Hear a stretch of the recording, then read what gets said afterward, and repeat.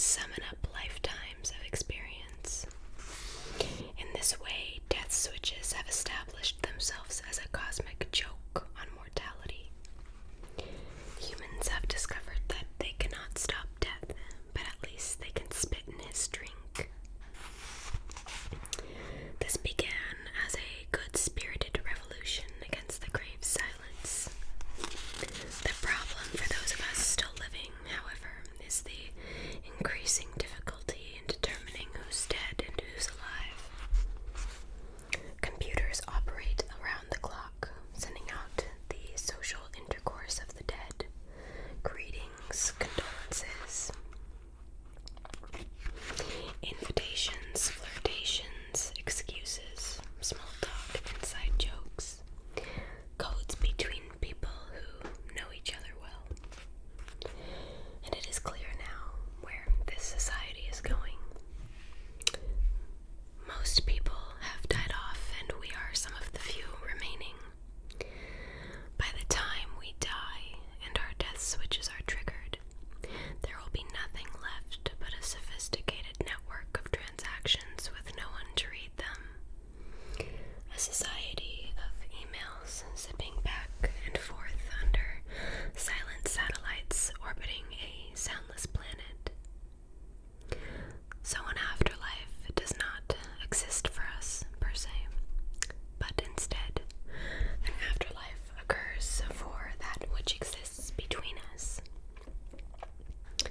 When an alien civilization eventually bumps into Earth, they will immediately be able to understand what humans were about, because what will remain is the network of relationships. Who loved who competed, who cheated, who laughed together over road trips and holiday dinners. Each person's ties to bosses, brothers, and lovers are etched into the electronic communiques. The death switch simulates the society so completely that the entire social network is reconstructible. The planet's memories survive in zeros and ones.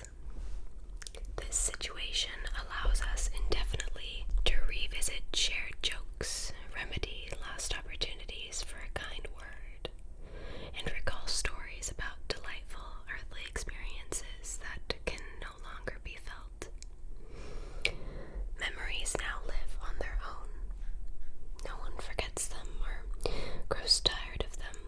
We're quite satisfied with this arrangement, because reminiscing about our glory days of existence is perhaps all that would have happened in an afterlife anyway.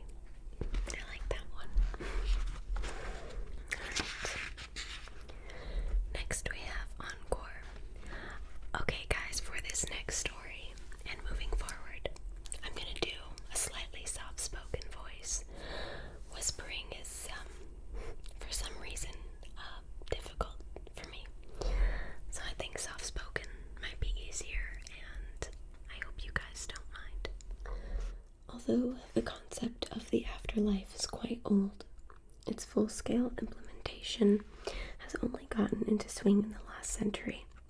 The afterlife existed before then, but only barely. To understand this, you need to be aware that your creators are talented at just that, creation. But they're not involved with the observation and judgment of our actions, as we had previously supposed them to be. The creators watch none of the details as our lives unfold. They could not care less. Only afterward do they become interested again, when they have the opportunity to do what they do best, create. At this second stage, they are called recreators, and their goal is to find all available records of your life and create a simulation of you, reconstructing all your days. They take it as their challenge to see if they can recover a good likeness of you from the piles of evidence you've left behind. They begin by tracking down your birth, marriage, and death records. For most people, the afterlife started only a few hundred years ago, when record keeping began. They can take account of the phone company records, every call you made and to whom. Every credit card purchase is retrieved and analyzed for time, location, and purchase. The recreators analyze every existing frame of video footage on the planet for your appearance. Buying coffee at a convenience store, standing in front of an ATM withdrawing money, clutching a diploma, walking unwittingly in the background of other people's home videos, eating a hot dog in the bleachers during a basketball game. They're artists of information, and each data point adds a bit more pigment to their accumulating portrait of you. Each detail is marked with a confidence rating for the source and checked for consistency against the other data points. Millions of facts are gathered, facts so richly structured and interconnected that they constitute a hard shell that retains your shape when you disappear from the middle of it. From school records, the recreators closely approximate what pieces of knowledge you had at a particular moment in your life. This information is neatly dovetailed with detailed historical records. They recreate what you were like to have seen around you, what you were likely to have seen around you each day, and by examining your newspaper subscriptions, they model the world events that would have affected you. From deep within this jungle of data, they can deduce the exact dates of your various relationships, when they began, when they ended, and whether they overlapped. The recreators come to understand you from every form you filled out, every word you typed on the internet, the mail you received from others, why people thank you, who chastises you, what advice your lovers seek, what favors your friends ask, which mailing lists you're on, your tax returns. In previous generations, when you awoke in the afterlife, it was easy to tell that you were merely a simulation, because your details were so sparse. The feeling of emptiness on most days allowed you to know that you were a cheap reproduction of your former self. But with today's rich data, the recreators can reconstruct you so seamlessly that your afterlife is essentially a perfect replica of the original. It feels so much like the real thing that in the afterlife, you only rarely wonder whether you've lived all of this before, haunted occasionally by deja vu, holding a book in your hand and not knowing whether this is the first time or a replay from eons past. Alright, this is going to be the last one that we read. This one is called Prism. God resolved at the outset that he wanted every human to participate in the afterlife. But the plans weren't thought out to completion, and immediately he began to run up against some confusion about age. How old should each person be in the afterlife? Should this grandmother exist here at her age of death, or should she be allowed to live as a young woman, recognizable to her first lover, but not to her granddaughter? He decided it was unfair to keep people the age they were at the end of their lives, when much of their beauty and alacrity had been worn down. Allowing everyone to live as a young adult proved an unviable solution because the afterlife quickly degenerated into unbounded sexual pursuits. And at Middle Ages, they talked only about their children and mortgages, making conversations in the afterlife tedious. God finally landed on an ingenious solution while watching light diffract through a prism. So when you arrive here, you are split into your multiple selves at all possible ages.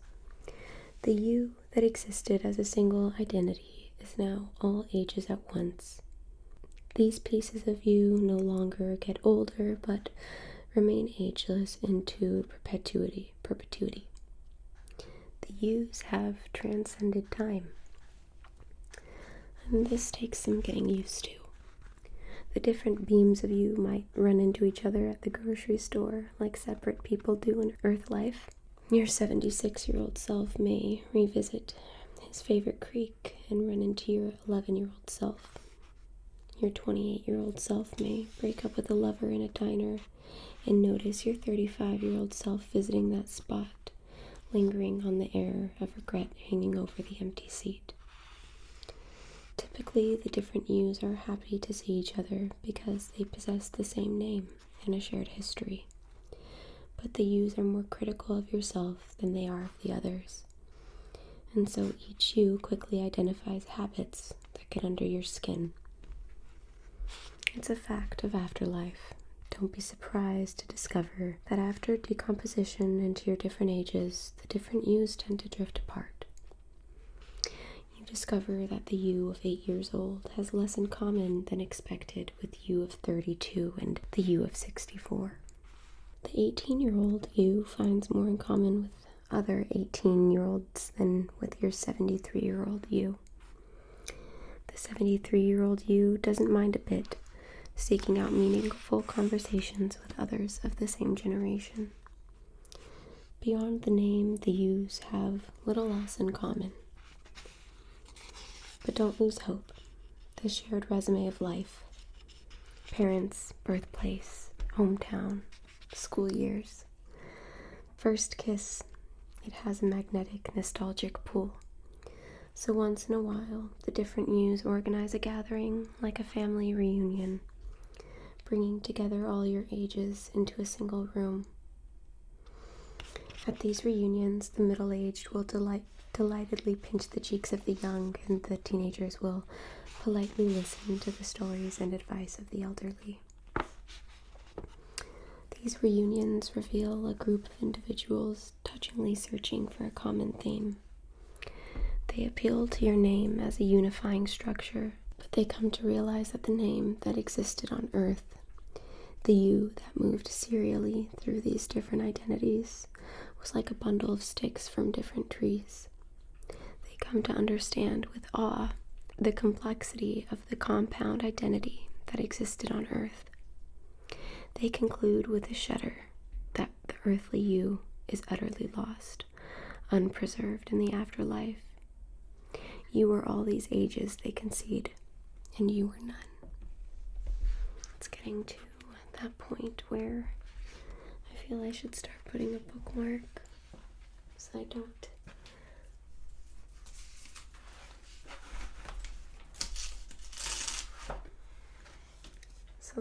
lose my place. I feel like maybe towards the end of these, he's starting to make them a little happier, because I feel for a period of time they were a little dark, but enjoyable and interesting nonetheless. So guys, I will be leaving you here to hopefully relax and sleep and enjoy the rest of your evening. Thank you so much for tuning in. Before I go, I'd like to take a moment to personally thank all of my Patreon members. You guys allow me a whole new level of flexibility, responsibility, but also flexibility. So to all of my tier members, thank you. And a special shout out to my VIP patrons, Michaela, Shane, Tom, Bryce, Anthony, Jordan, and Zeno. Forever grateful for your guys' support, and I hope I can continue to make content that makes you happy. Alright. I hope you guys have a good rest of your night, and I'll see you next time.